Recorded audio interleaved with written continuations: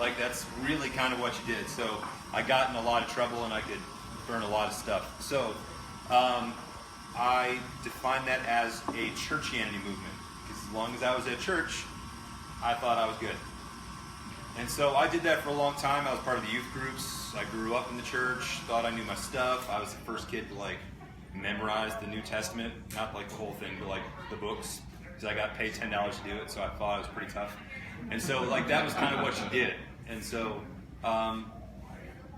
it was good. Like I graduated, I did well, I got off to art school, and then I landed in Detroit, and my eyes were opened up a lot. Because when you go from a small, it's still the village where my folks live. It's still called the Village of Oxford. So it's small. But when you get into Detroit and everything is within arm's reach, and you're an art student who's wanting to explore himself and figure out what life is about, and do you think it's cool to like live in your buddy's dorm rooms and live out of your car and be, I decided that for a semester I was going to be homeless. Like I chose that, and so I like lived in buddies' apartments and traded like, I'll do your art project for you for like room and board. And I lived in Detroit just kind of on my own, and I didn't shower much because I was feeling like bohemian and I was like the man, and it was like Fight Club where you go and work someplace and you could fix it up in order to like live there. And it was really kind of dumb after the fact. I mean, I experienced a lot, but it wasn't the best thing. So needless to say, there was some legal things that happened that I'm not going to get into. That's another day, another dollar. And my dad felt it was going to be a good process for me to go through Emmaus. And some of you guys may or may not have known what the Emmaus movement is. My dad didn't grow up in a church. My parents never said they loved him. Like it was implied that you loved him. But now you meet my dad. My dad's like a whole other person. He's like me, but bigger beard, gut, and less hair. So it's good. But he's the greatest guy ever, and I love him to death. But he got saved when I was 16. And when he got saved, he like made up for like 30 years of missing Jesus. And he's like, you're going to come with me, and we're going to get baptized. I'm going to dunk your head under, and it's going to be awesome. And you're going to do this. And so I went through this Emmaus movement. And over a course of a weekend, I felt that God was telling me that, hey, you're going to go be a minister. You're going to drop out of this fancy art school. You're going to quit working for GM. And you're going to go serve the people and serve the streets. And you're the man. You're going to be the next Jesus. Just, I can't grow the hair out. It's weird on me. So I'm like, all right, so cool. Let's do that. So I did this. And I was in the movement because I was in Emmaus. And everyone's like, yeah, you can do it. You can do it. And I was like the one, like 19-year-old kid, and everyone else was like 40 plus, but they were singing De Coloris, and it was awesome, and people were crying, and you're like dudes crying with dudes, and you're like, I get it, it's cool, like I'm feeling the movement, I'm like in it, like, see, impulsively, I drop out, I sign up at Rochester College, and my first day there, I'm like, well crap, I'm Methodist, I don't know what any of this is. I go to a Church of Christ college, which is, most of you guys know how Church of Christ works. It doesn't blend real well with Methodists. So I was the guy that was walking in there with tattoos, and I said F this and F that, and I had the AAs for Quitters shirt on my first day, and like that was me. So that was me at Rochester College. I'm not kidding. So that was my first day at Rochester, and I leaned in. This guy that I met, who's like now one of my best friends I grew up with, he leaned over and said, you know, I went through AA. And so my heart dropped. I'm like, I'm sorry. He's like, no, I'm just messing with you. Welcome to the party. So like he was, so I'm like, we're good. So like him and I, we're like good friends now. So, and like, yeah, he was in my wedding. I mean, he's just one of my good people. So I went to Rochester College and started going through the Church of Christ mentality. And I met my wife there. She was going for psychology. That's a whole nother animal. But her dad told her that you can go to any college as long as it's Harding or Rochester College. So she chose Rochester College because it's away from Indiana, and she got a scholarship, and so she said she was going to never marry a youth pastor, and that's what I was going for, and we got married, and I was a youth minister. And I got into a church, a little small church, Clarkston Church, and it was great.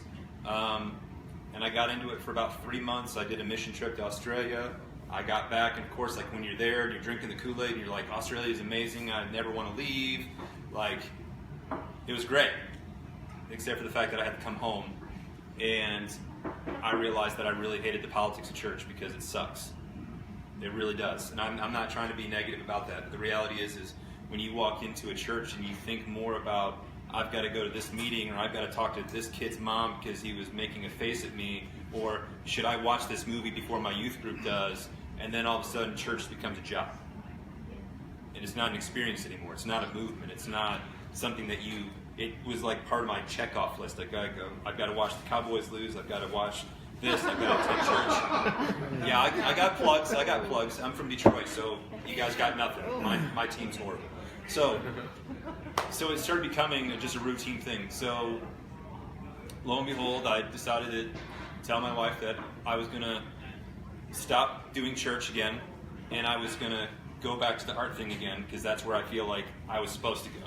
And mind you, I didn't say this is where God was calling me, because at this point I was kind of like, burnt, I'm toast, I'm over this, like y'all can just kick back and just let me do my thing. Because I realized at that point, I was really trying to humanize God.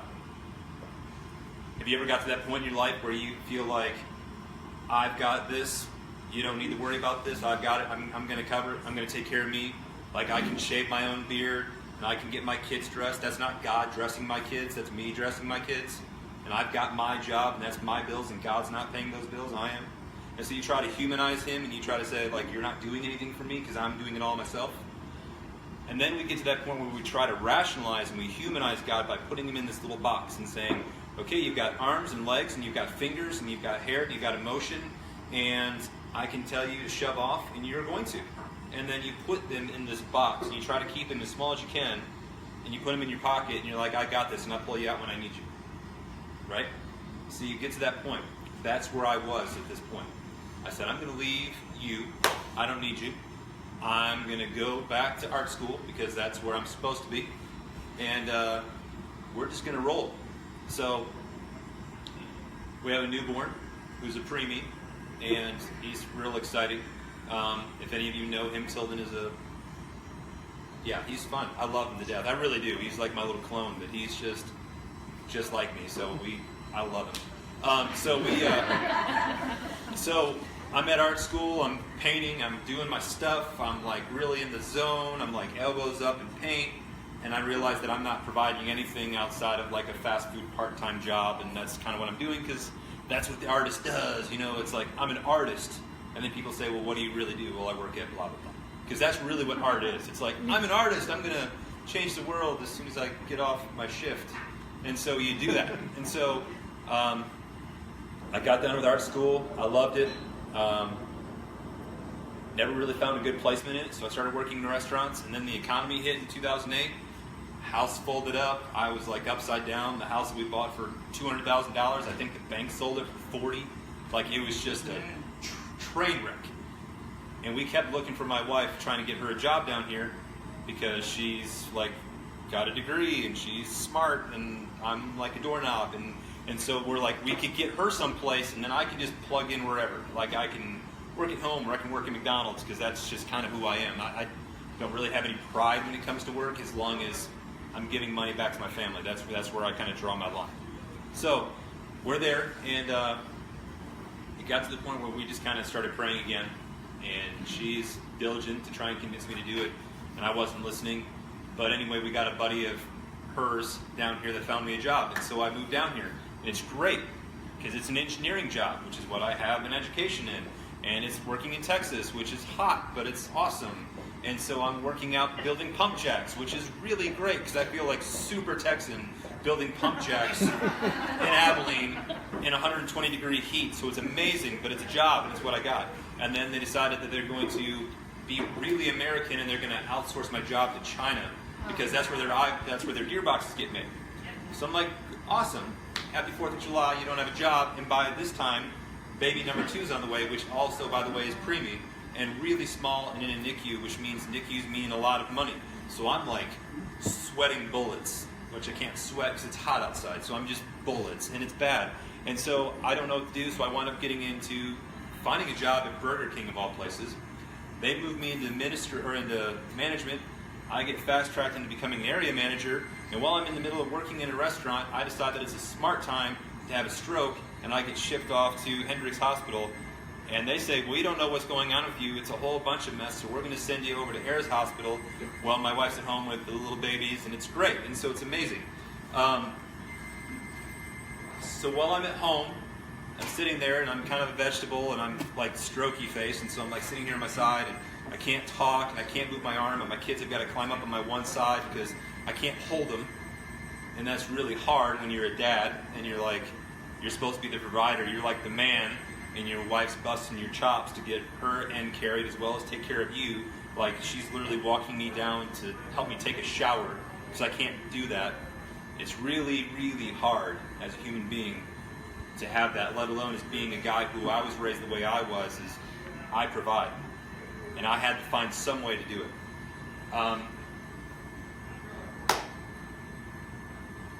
And that's where we're at. So now we're going back to where part two. Part two, this is where the noise comes in. When you're sitting at home and you've got nothing else to do but being numb and watching Lost on Netflix, and I watched like all 8 seasons in 3 days because I had nothing better to do but sit there and watch nothing but like Netflix, like on the side, like this. And someone would call me and I'm like, yep, I'm still here. Clearly, I can't move. We're good. And I have like a kinesio tape on my hand. I looked like Spider-Man. It was bright pink, and I was like all over. And hospice care comes in with their belts, and these little like 50-pound girls are like, all right, Mr. Hottman, we're going to pick you up and walk you around. And that's like real pride defeating when you're like walking around with one side and you've got this little 50-pound girl that you're afraid you're going to crush, like carrying you around the house to get you into rhythm and movement. And it's just really humbling as a human being. By this time I was eating my feelings, and I didn't care, and I didn't know what was going on, and so I was like a solid 317, 320, just big guy, and I just didn't care.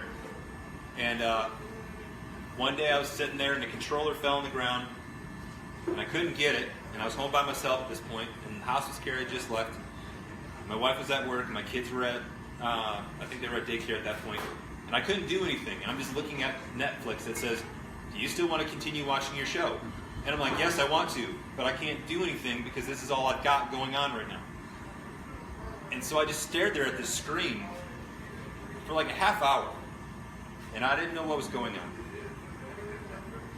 And it was just out of nowhere that I heard a voice, which I thought was just like a bird or something. So that's what I was writing off to, telling me that I needed to start painting again.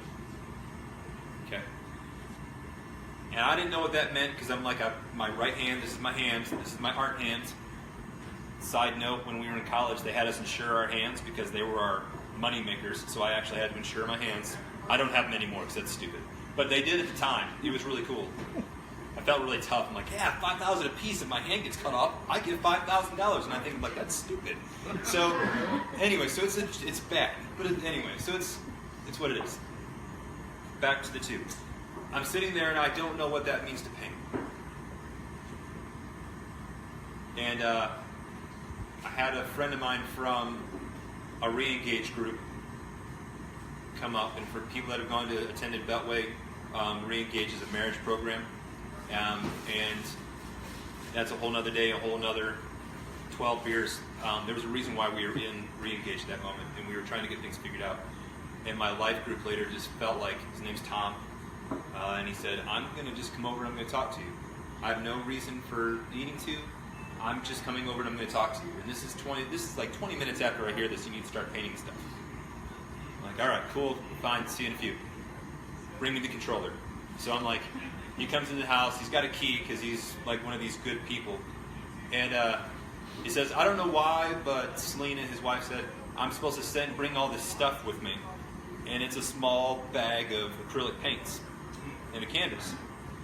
And she said when she's down and she's depressed and she's stuff, she makes flowers on these canvases. So this is something that I think you need to try and do. And like, I'm not making flowers, but I'll try. And so I'm doing with this hand, and over time I'm like, all right, this feels good. And so then I started getting into a rhythm where I could start using my hand again through therapy, through stuff like that. I started being able to use my hand. And so I started making paintings, and I started selling them to an art gallery here, which some of you might know, the White Buffalo. It's a gallery, yeah. See, with Brock, yeah, bald guy, super sassy, I'll say, super sassy. And so I started selling my artwork there. And it started selling. People were buying it, and they're like, this stuff's good. And I'm like, all right, cool. You're just not taking pity on me because I'm invalid, right? And they're like, no, it's good. I want you to make stuff for me. And I'm like, okay, cool. So this is good. So I started making it more and more and more. And that's how I started trying to take care of ourselves until I could get back to the rhythm of where I could get a job. And one of the artists that I ran into, she said, hey, I know that Miller Coors over here, they're looking for a graphic designer. It's a desk job, something you could probably do. And so I applied, and here I am. I still work for them. They're a great company. I love them to death. Amazing people, godly people, really understanding when it comes to families. So I've been very incredibly blessed by the opportunities with them. So, so what is all this coming to? Why am I bringing all this up for you guys so you guys can understand what this is? I can't help but think of Elijah, and he is a superhero in the Bible, especially when it comes into Jewish culture. He's the man, okay? And it comes from 1 Kings. I know people, you can look in your pew hymnal or your pew Bible in front of you. It's found on page, I don't have it, everyone's got one. So, just a visual from saying it in church. So, it's 1 Kings 19, 11, and 12. And this is the part where Elijah is just wore out. He is just maxed out. He has just been traveling, spreading the word, spreading God, telling everyone how to do. He is just maxed. But he's at this point where he has worked so hard and so long, he's just dragging. He's maxed out, tired, and he's not even sure he wants to do this anymore. He's about being I'm tapped, get me out, I'm good to go. Who's got some sandwiches? Sweet. So, he's God, I'm done. I'm over this. I'm toast. So, of course, God comes to him and says, get up on that mountain up there, and I'm going to show up. Okay? So be ready. So he hikes up this mountain. He gets all the way up there, and he gets into this cave, and he's like, all right, God's coming. God's coming. He's getting himself psyched up. And this wicked wind comes through. Yeah, that Boston wicked wind. So the wicked wind comes through, and it's shaking everything, and he's holding on as tight as he can. He's like, God, got me there, got me there. And nothing. He's like, okay, it's cool, I got it. Earthquake comes, shakes this mountain to its core, he's holding on for everything. And God didn't come through that. And then the fire came through. And he's like, clearly, Moses, he's got the picture. I know the burning bush. This is him. It wasn't him. And it wasn't until what they say in the Bible is a gentle whisper. Now, Hebrew culture, analysts, whatever you want to use, a lot of people, scribes, they try to really define on what that word means because it's so ancient they can't translate it. But a lot of people like to define it as a sheer silence. So just silence. He's coming through. So I realized I'm putting this together to where I was here and I heard something come through my head and I didn't really understand where we were coming from. And so now this is where I'm going with this, okay? So we're back to part 3 now. How many of you guys have a cell phone? How many of you have one that doesn't flip open? Like a smartphone? Do you have email on it? Instagram, Facebook, you guys take selfies and stuff on it? Right? Okay? So. Every chance I get. I know you do. Yes. I know you do. You do a little like this, I get it, duck face. So I know taste. Okay, so when I try to talk to you guys about this kind of stuff, it's because it's really easy for us to get distracted by the Netflix, to get distracted by the smartphones. I'm paid to do this to you. I make stuff for you guys to look at and say, I don't know what that is, but I want it. So I do this stuff because there's not only just an audible noise, like TVs or intercoms or radio or any of that stuff. I mean, all you guys' cars, they have radios in them, right? How often do you guys drive in your car without the radio on? Even if it's talk radio, sports radio, music, something noise is going on in your car, right? Okay? on that counter effect, there's visual noise, and there's visual noise that we have every day. Do we need any more billboards in this world? Do we need any more malls to go buy Uggs at? Do we need any more Facebooks and Instagrams and all that stuff to keep us distracted from everything? Okay. That is what we feel like is the problem. Because a lot of times we, as an instantaneous world that we live in now, we want things now. Like, I want my picture uploaded now. Why is my internet not fast enough? I want my cheeseburger 12 seconds ago. Why didn't I order it then? Like, this is the world we live in. And so we expect that when we pray, or we want something, we pull God out of our pocket like a Pokemon, and we throw it out and it pops out. And we say, hey God, I want you to fix this right now. And it doesn't get fixed, does it? And then we're like, oh, maybe it's just not loud enough. So then you yell, and you're like, I can't hear you, and then you can't hear him. But when was the last time you just closed your eyes and listened? Clear the mechanism, clear the noise, shut everything else out. It's a lot easier for us to listen when we put things on his level. Because we are a society that needs stuff for us now. Like, there isn't a way around that. We got fast cars, we got fast food, we got fast everything. Instant everything. If I don't want to have to pour the coffee in the filter and put the hot water in and let it brew, I can just hit the little cup and I can turn around and get it and it's done. You can call ahead to Starbucks now and it's waiting for you when you get there. Like instant caffeine. All you have to do is drive there, and before you know it, you're not even going to have to drive there. They're going to figure out a way to just say, I want it. Oh, I already have it in my hands. It's amazing.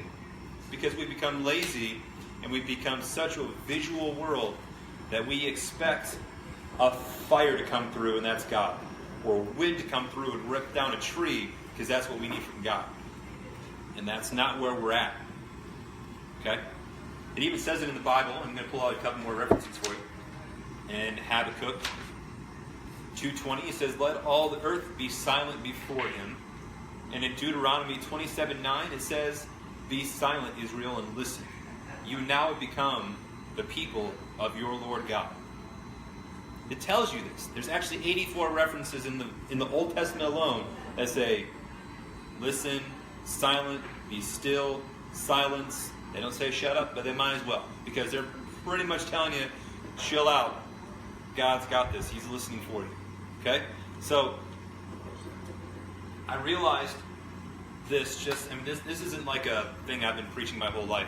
A handful of you know this is not really who I have been. It's only been in the last month or so that I've really come to this revelation, because I am I'm a people pleaser, and I'm a worrier, and I will worry about worrying about someone else's worries, because that's me. And I really think that's kind of why my health and everything went to crap that time, because I stress about everything. And of course, I'm that guy that tries to challenge God, but I draw a line in the sand and I'm like, all right, if this isn't going to happen, I want a random lightning bolt to strike down and burn that tree in front of me, and by the time I count to 5. And of course I count to 5 and it doesn't happen, and I'm like, see, told you, not going to happen. Because I put that limit on him, because that's who I am. I try to validate my worrying or my stress or my anxiety because of it. A lot of that has got worse because of all my health stuff, but that's just how I'm antsy. I'm always antsy now. But fear not. The Bible has worries and scriptures about you not worrying either. Okay? It says in Matthew 6:25, therefore I tell you, do not worry about your life, what you will eat or drink, or worry about your body, or what you will wear. It is not life more than food, and the body more than clothes. And then in 34 it says, therefore do not worry about tomorrow, for tomorrow will worry about itself, and each day has enough trouble of its own. And that has had to be my mantra in the last month, because I worry about everything. I worry about what's going to happen to my kids, or if my job's going to be there tomorrow, or if my kid's going to get picked on, or is my wife's car going to break down, or is the roof going to fall in on me, or are my Spartans going to not win, which they haven't. And so I worry about everything to where it's making me physically unhealthy. I get sick from it. Okay?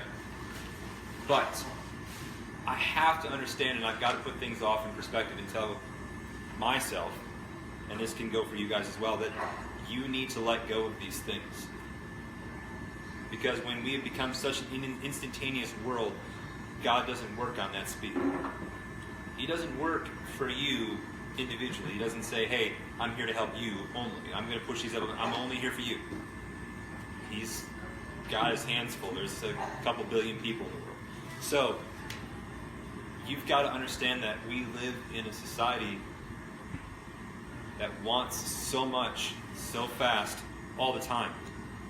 And living in the country that we live in, we have just become accustomed to that. That's just who we are. And that's hard for us to do. And it's gotten to the point that we listen so much now that we are more important and more fixated on listening to ourselves and listening to what other people around us have to say than what God does. Because we have now allowed our friends and our peers to be the voice and to be the trump person for us over God. So me needing an opinion or validation for myself, rather than going to God and asking for that, I'll be like, hey, am I cool? Yeah, man, you're cool. Cool, that's where you're supposed to cue in and say that.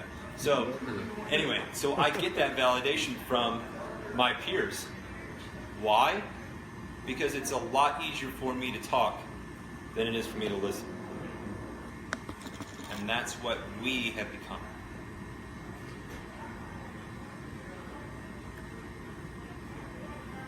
Silence is awkward. It's hard to do. It's hard to put yourself in that spot. So the longer that I pause, you guys are wondering what I'm going to say next. Okay? The reasoning for that is because we have been trained and taught to know and understand that silence is an awkward thing. Is it really that awkward, or we have just made ourselves that uncomfortable because we don't know what to expect? When we have iPhones with wireless headsets and that syncs to our cars, we're driving, and we can get text messages through our cars, and we can get to work, and then that syncs up to our Bluetooth speakers at work, and then we've got our friends that talk to us about all this stuff, and then we go home and we check Facebook 24 hours a day, and then we get home and we ask our kids, hey, how'd you do today? Great, oh, cool, cool. And then you're just going through your stuff, and then you're taking pictures of your dinner you ate that night, and then all of a sudden you get done at 10 o'clock at night, and you're like, man, I'm tired, I need to go to bed, but I can't sleep. I know, I'll put on some music, and I'll fall asleep to music. Or I'll put on a movie, and I'll fall asleep to a movie. Why do we have to do that? Why do we have to have something to keep us stimulated 24 hours a day? Is God not good enough for us to be entertained, to listen to talk to have a conversation for?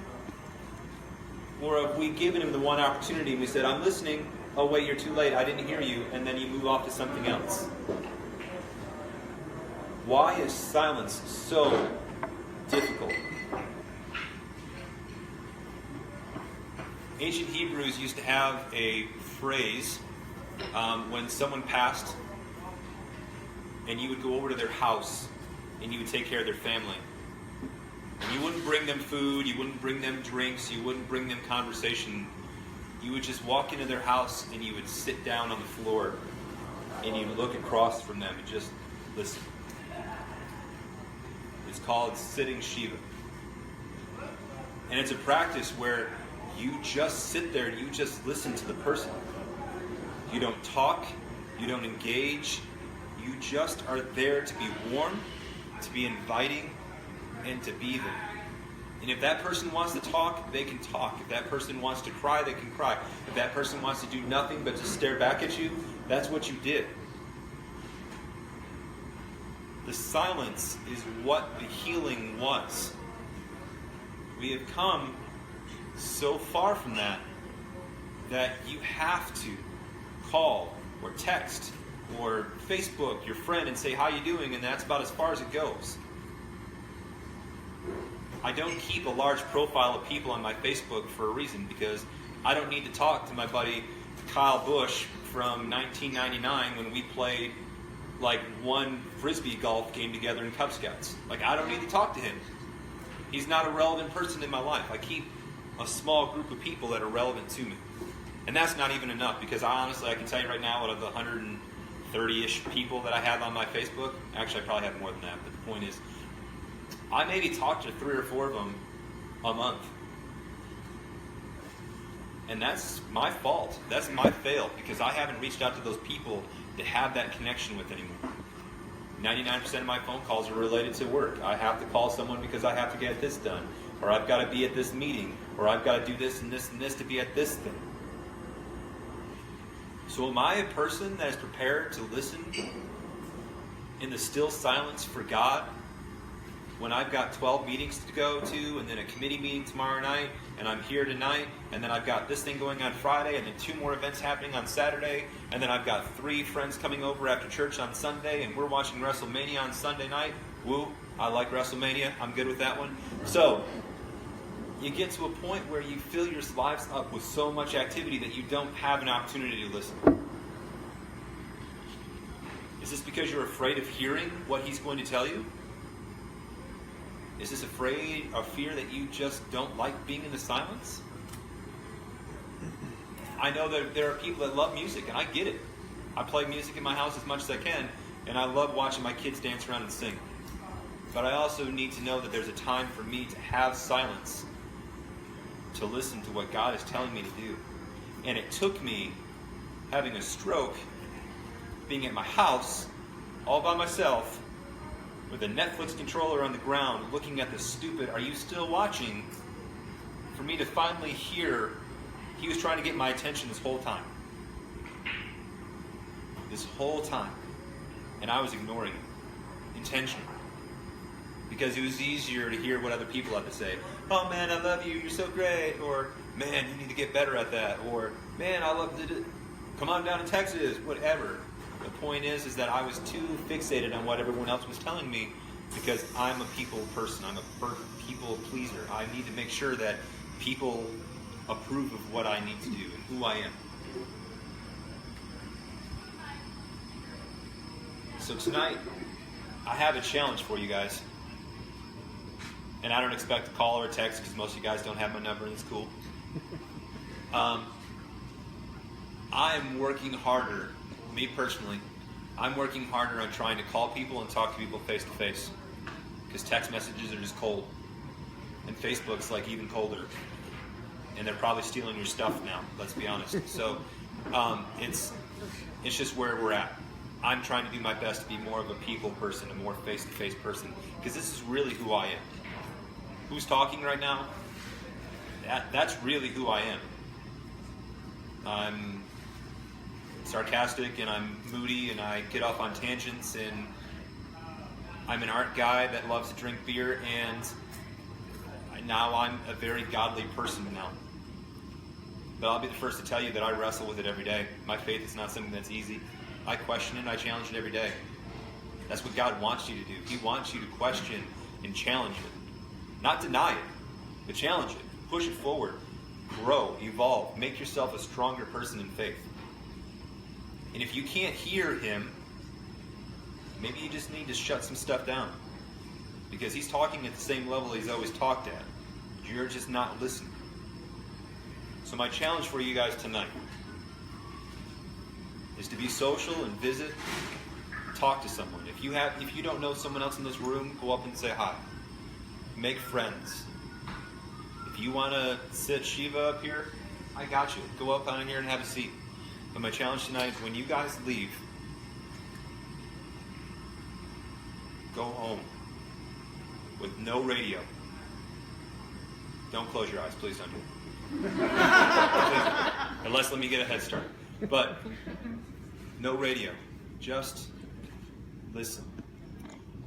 If you hear the road noise, if you hear the cars driving by, whatever, just open your heart, open your mind, and listen for God to talk to you. And I'm not expecting everyone to come out here tomorrow and be like, "God told me I should go do that," or "I should go do that," or I'm not expecting that. Because I'm still not at that point. I'm going to be honest with you. I'm not like super dude that me and him got a straight connection. I heard that one time, and it was cool. and it's really kind of what turned everything around for me. I try to feel like I have a really good demeanor on my health. I have bad days, I'm not going to lie. And with my mental stuff, I still get really anxious and stressed out. And I get paranoid, so I call people and I'm like, do you hate me? No? Okay, well, you haven't talked to me in like 8 minutes. No, we're good. So like, I have to validate that sometimes. You know, I still have anxiety attacks at work, and my bosses are really cool. They like telling me to chill out. And so like, it's good. I'm really open about who I am now, especially with my health, because people need to know who I am, because it's a part of me now. It's not something I can deny. So I'm becoming more open about what I am really on the inside, not this superficial Nick shell. But listen tonight. And tonight when you go to bed, maybe you don't need to listen to whatever you listen to, whether it's white noise or NSYNC or whatever puts you to sleep. Maybe you guys just need to listen to the silence. Talk to your partner. Maybe you guys need to have the sitting Shiva and just listen to each other. But not talk, just listen through what you guys are talking to. It'll grow you more than you know to sometimes just listen. So can I end some prayer and then we can chat? Heavenly Father, we thank you for this group tonight. I thank you for the silence. I know it's not the easiest thing for us to do, but I know that it's going to make everyone in this room better. I hope that we all understand and we learn and grow. And I hope that we all come out here a different person. It's in your name. Amen. Amen.